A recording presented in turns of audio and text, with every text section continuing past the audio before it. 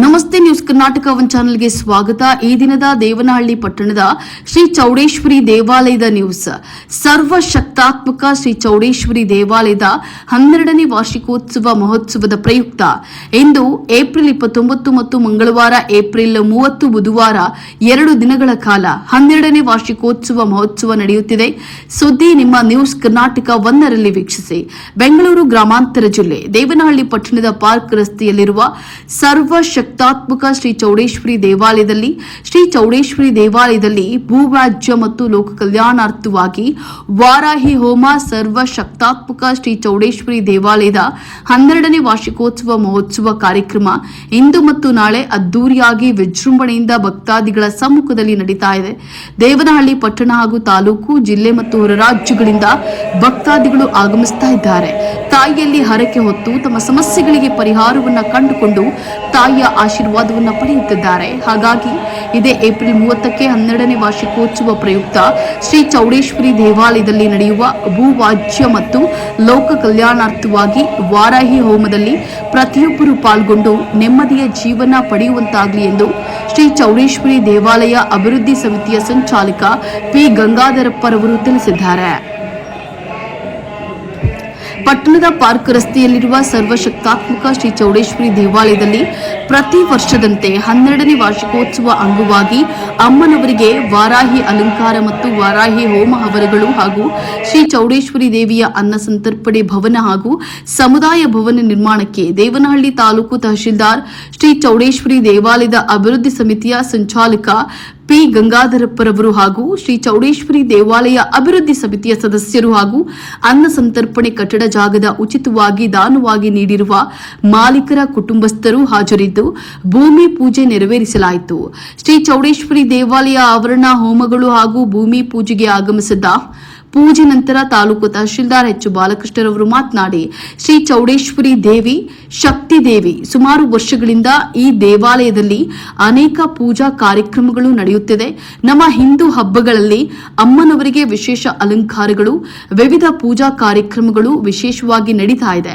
ನಾಡಿಗೆ, ದೇಶಕ್ಕೆ ದೇವಿಯ ಅನುಗ್ರಹದಿಂದ ಕಾಲಕಾಲಕ್ಕೆ ಮಳೆ ಬರಲಿ, ಜನಸಾಮಾನ್ಯರು ಸಂತೃಷ್ಟಿಯಿಂದ ಸುಖದಿಂದ ಜೀವನ ಸಾಗಿಸಲಿ ಎಂದು ದೇವಿಯಲ್ಲಿ ಪ್ರಾರ್ಥಿಸುತ್ತೇನೆ ಎಂದು ತಿಳಿಸುತ್ತಾ ಶ್ರೀ ಚೌಡೇಶ್ವರಿ ದೇವಿಯ ಅನ್ನ ಸಂತರ್ಪಣೆ ಭವನ ಹಾಗೂ ಸಮುದಾಯ ಭವನ ನಿರ್ಮಾಣಕ್ಕೆ ದೇವನಹಳ್ಳಿ ತಾಲೂಕು ತಹಶೀಲ್ದಾರ್ ಎಚ್ ಬಾಲಕೃಷ್ಣರವರು ವೈಯಕ್ತಿಕವಾಗಿ ನಮ್ಮ ತಂದೆ ತಾಯಿಯ ಹೆಸರಿನಲ್ಲಿ 50,000 ರೂಪಾಯಿಗಳನ್ನು ನೀಡ್ತೇನೆ ಮತ್ತು ಮುಂದಿನ ದಿನಗಳಲ್ಲಿ ಇನ್ನೂ ಕೈಲಾದಷ್ಟು ಆರ್ಥಿಕ ಸಹಾಯವನ್ನ ನೀಡ್ತೇನೆ ಅಂತ ಹೇಳಿ ಈ ಸಂದರ್ಭದಲ್ಲಿ ತಿಳಿಸಿದರು. ಬೆಳಗ್ಗೆ ನಾನು ಬಸವ ಜಯಂತಿ ಕಾರ್ಯಕ್ರಮದಲ್ಲಿ ನಮ್ಮ ತಾಲೂಕು ಆಡಳಿತ ವತಿಯಿಂದ ಚೆನ್ನಾಗಿ ಮಾಡಿದ್ವಿ.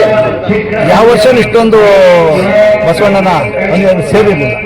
ಬಹಳ ಆನಂದ ಬಿದ್ದರು. ಇಷ್ಟೊಂದು ಜೋರಾಗಿ ಮಾಡಿದ ಸಹ ನಮ್ಗೆ ತುಂಬ ಆನಂದ ಆಯಿತು. ನಮ್ಮ ಸಮಾಜದ ಬಿಡಿಸಿ ನೀವು ಇಷ್ಟೊಂದು ಚೆನ್ನಾಗಿ ಮಾಡಿದ್ವಿ ಅಂತ ಎಲ್ಲ ಹಿರಿಯರೆಲ್ಲ ಬಸವಣ್ಣ ಅವ್ರ ಬಗ್ಗೆ ಭಾಳ ಚೆನ್ನಾಗಿ ಮಾತಾಡಿದ್ರು.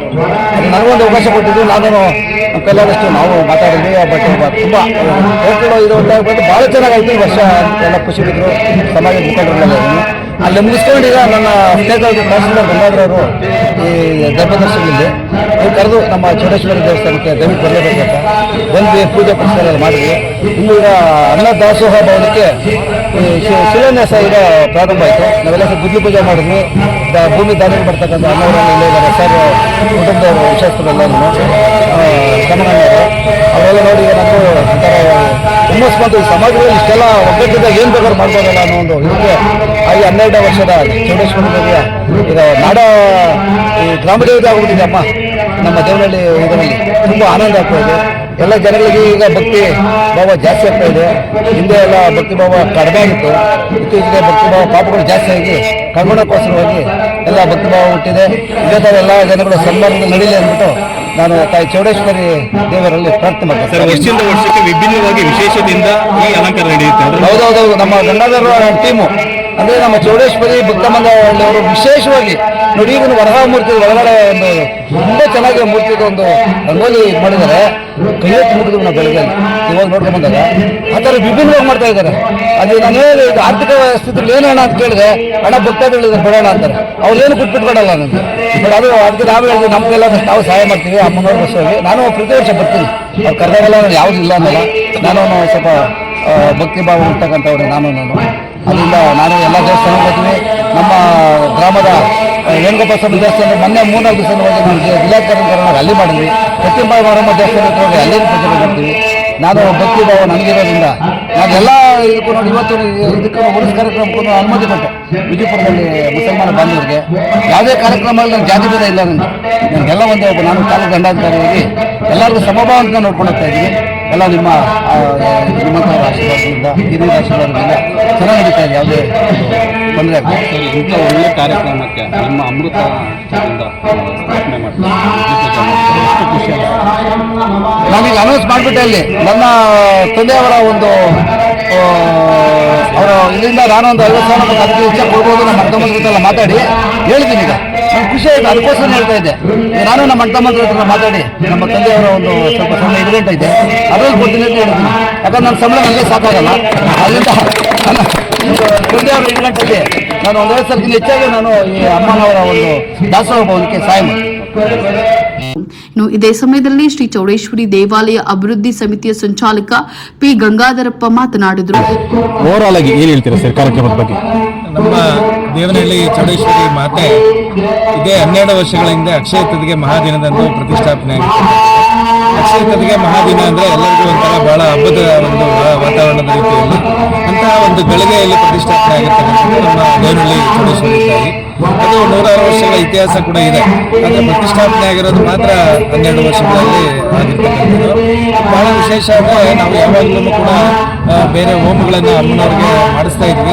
ನಾವು ನಮ್ಮ ಅರ್ಚಕರಿಗೆ ಕೇಳಿದ್ವಿ, ಎಲ್ಲರಿಗೂ ಒಳ್ಳೇದಾಗಬೇಕು, ಲೋಕ ಕಲ್ಯಾಣ ಆಗಬೇಕು, ಭಕ್ತಿಯಿಂದ ಮಾಡಿಕೊಡ್ತೀವಿ, ಎಲ್ಲರಿಗೂ ಒಳ್ಳೇದಾಗಲಿ ಅಂತ ಹೇಳಿದ್ದವರಿಗೆ ಇವತ್ತು ವಾರಾಗಿ ಹೋಮವನ್ನು ಮಾಡಿಸ್ತಾ ಇದ್ವಿ. ಅದೇ ರೀತಿ ಅಮ್ಮಂಗೂ ಕೂಡ ವಾರಾಗಿ ಅಲಂಕಾರ ಮಾಡಲಿಕ್ಕೆ ಅವರು ಮೈಸೂರಿಂದ ಬಂದಿದ್ದಾರೆ.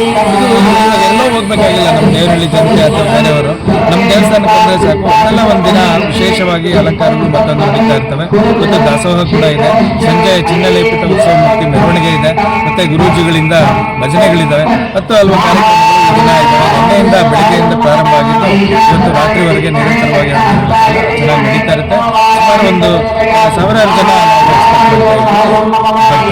ಈ ಭೋಜನ ಎಷ್ಟು ದಿನದ ಒಳಗಡೆ ಮುಕ್ತಾಯ ಆಗ್ಬೋದು?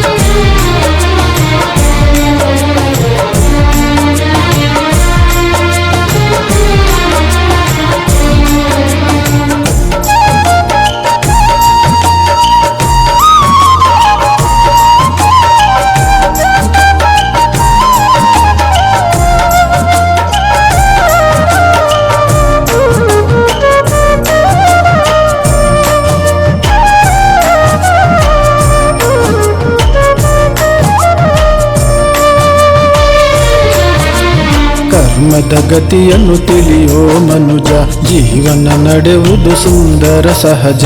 ಕರ್ಮದ ಗತಿಯನ್ನು ತಿಳಿಯೋ ಮನುಜ, ಜೀವನ ನಡೆಯುವುದು ಸುಂದರ ಸಹಜ.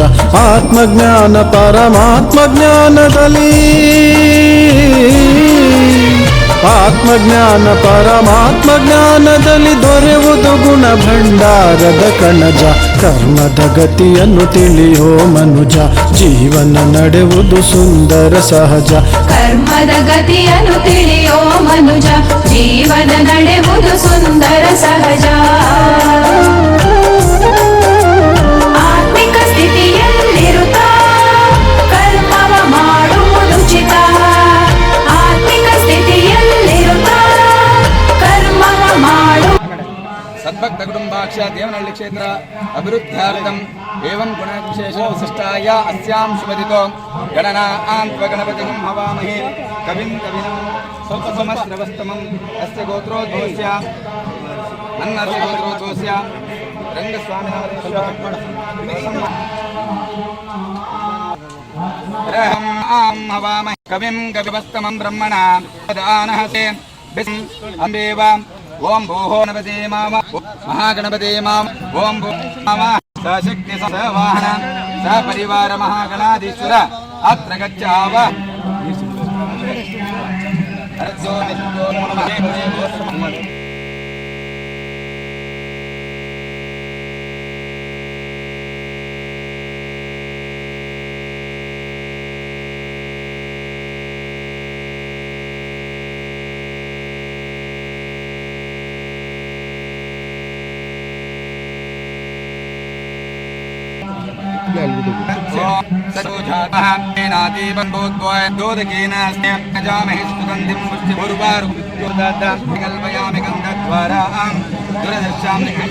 अग्रे सर्वदेवानां धूपोऽयं धूपमाय वनस्पतिर्शिवाय नाणेपतिते नमो नमः सहस्राक्षा सहस्रपादं दशाङ्गुलवेदं